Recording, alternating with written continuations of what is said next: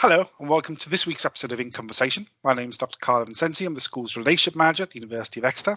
I'm delighted to be joined today by Mark Sawyer, who's our head of welfare and wellbeing services.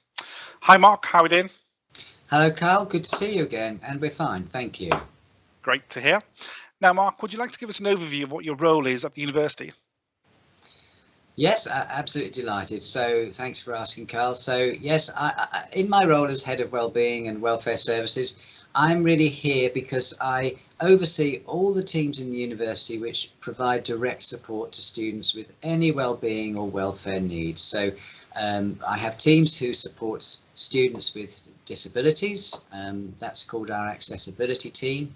We also have a mental health team to support students with mental health conditions. And we also have a residence life team, which is here for all students as they arrive at university, and especially if they're going to be living in our university halls of residence.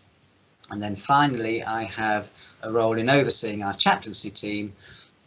And this is a multi-faith chaplaincy available to students from a range of faiths or no faith backgrounds, and they offer pastoral support to all our new students.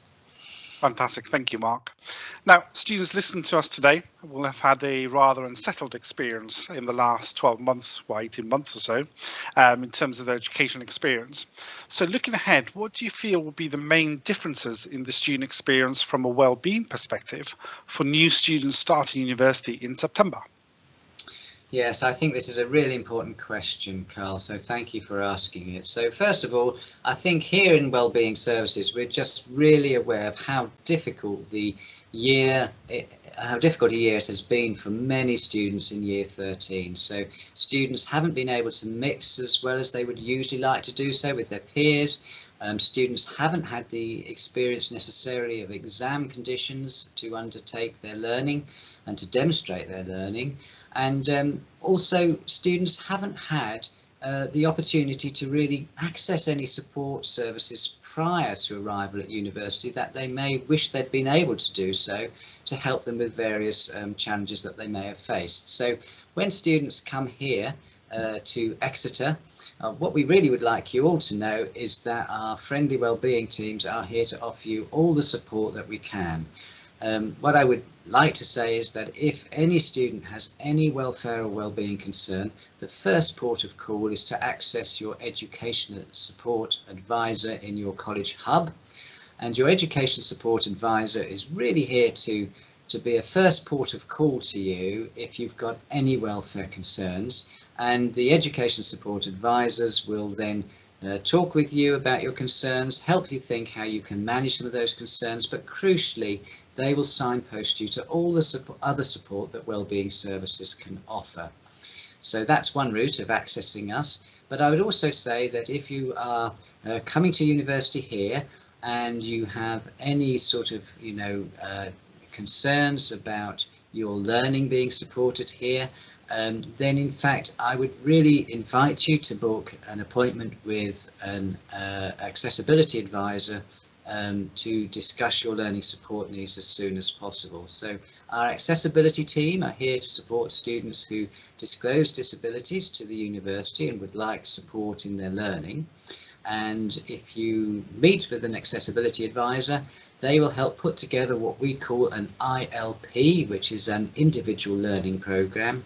And this is a series of recommendations on reasonable adjustments that might be possible to implement on your program of study to support you in the learning environment. So if you've got any disability or health condition which can create a barrier to your learning here at university, please do access our accessibility team to get support for your learning through this route. But also I'd like to say that for many students, the challenges of being at university are not just linked to can I cope with my program of study, they're also linked to feeling confident, worrying a little bit about how to make friends, possibly feeling homesick, unsure how to cope at university. And for students who've just got sort of concerns which they would like to talk through and get some support in managing, we'd really recommend that you come to see our friendly team of counsellors and talking therapists. So we have counselling available at Streatham campus and all our campuses. We can also provide some of our services remotely, but please do access that help from our wellbeing team if you would like some support to help you manage the transition to university. And then finally, just to mention, sometimes settling into halls of residence can be really tricky. Sometimes it's great and we have a lovely time, we meet friends, new people who are just going to be our best buddies for the rest of our time at university. But for many students, the experience of settling into a hall of residence can be really quite tricky. Sometimes we can feel a little bit less confident than all those appear to around us who seem to be making friends. And if you're struggling at all with anything to do with your experience in your hall of residence, then please do access our Residence Life team, who will be really pleased to reach out to you and to offer you some support. So we have mentors, we have Residence Life coordinators, and we have Residence Life advisors, and the whole team is there to support you to settle into your hall of residence. And if you've got any concerns about how you're settling in or support that you may need, please don't hesitate to contact our Residence Life team. So hopefully, Carl, between our education support advisors, our accessibility advisors, our mental health teams, and our Residence Life teams, there's somebody there for you who can really help you settle at university. Fantastic. Now, how can students prepare for that start of the academic year? The first thing I would say, Carl, is how important it is to approach your studies in the year ahead with full knowledge of your course. So many students arrive and they may not be familiar with who in their college is there to support them. They may not know much about how the structure of their course is likely to unfold. They may not know who's there to support them. So a key to settling in well at university is being very familiar with your course structure, with who your tutors are, who your course leaders are, and who you can go to with any questions. So please really advise you to look closely at your programme of study and make sure you're familiar with how it's structured and who you can access to support you.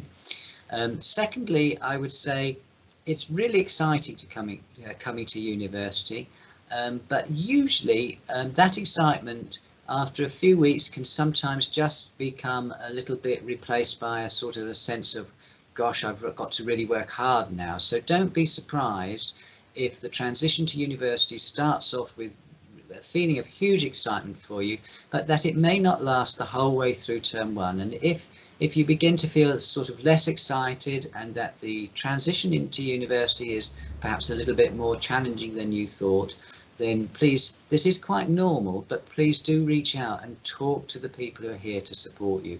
Everybody in wellbeing is really aware how difficult and challenging it can be to transition into the university. Obviously, many students have a fantastic time and enjoy it from day one, but for other students who we see, we're really aware that the process of coming to university is quite challenging, and please do reach out for support if you have any anxieties or worries. And on that, Mark, how can students reach out to wellbeing services when they actually arrive on campus? Yes, thank you, Carl. That's so important. So how can students access our support? So I would say that there's a number of ways. So first of all, it'd be really good for students to just familiarise themselves with our website, as that will give you access to a range of information on all the support that we can offer you. And if you access our website, you will see that we have a range of self-help tools as well as different kinds of appointments to support you. So I would always suggest that you access exeter.ac.uk/wellbeing, and if you start there first, you'll see how to book an appointment with us or how to get the information to support you that you might need. I'd also say we have a wellbeing centre here on campus. It's opposite the Student Health Centre, and our door is always open. We would be really delighted for any students who wish to sort of check out anything with us or to sort of find out a bit more about the support that we can offer. We'd invite you to just turn up and just come and drop into the building. Every day we run what we call drop-in appointments, and if you turn up on the day, you can book a 20-minute slot to just meet a wellbeing practitioner. to go through your concerns, to raise any queries, and they will be there to talk you through anything that you wish to access in terms of support and to make it clear to you what we can offer you. So you can drop into the building, you can go on our website and read our self-help information, and indeed you can book appointments electronically because there is an appointment booking system there on the website too. That's great. Now, Mark, are there any circumstances where students should be contacting Wellbeing Services before they actually make it onto campus, so before September? Yes, thank you. This is a really important question, Carl.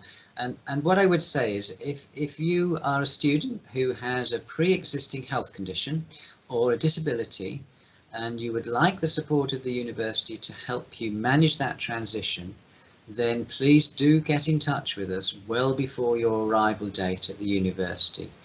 The reasons for this are twofold, really. First of all, if you have a disability, then the chances are there may be some learning support adjustments that we can recommend to your college. So we'd want to get that individual learning plan in place well in advance of your arrival at the university, and then your tutors will be well prepared for your arrival.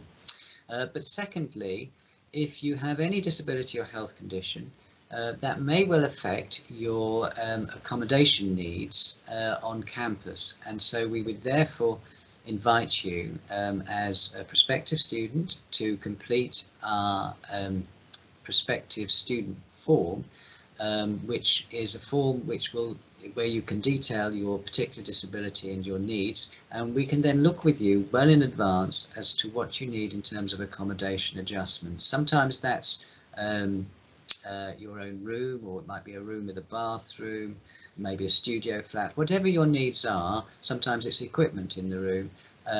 If you can get in touch with us well in advance of your arrival, it means we can make sure that your accommodation needs as well as your learning support needs are put in place well in advance. One more thing, if I may just say it, Carl, students who have a diagnosed disability are entitled to financial support in the form of disabled students allowances, and we call these DSAs. And if you do have a disability, it means that you will be entitled to specific forms of equipment or IT software to support you in your studies, and you may be entitled to various kinds of human support. So that might be mentoring if you have a neurodiverse condition or a mental health condition, or if you have particular needs because of your you have dyslexia or dyspraxia, then we can put in study support and study skills tutoring to help you.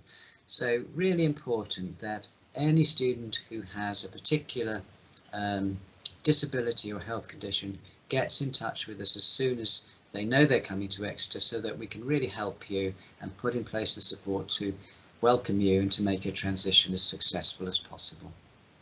Fantastic. Mark, thank you very much for spending time today giving us this great insight into your services, and thank you for listening. We'll be back again next week, so please do join us again. Thank you.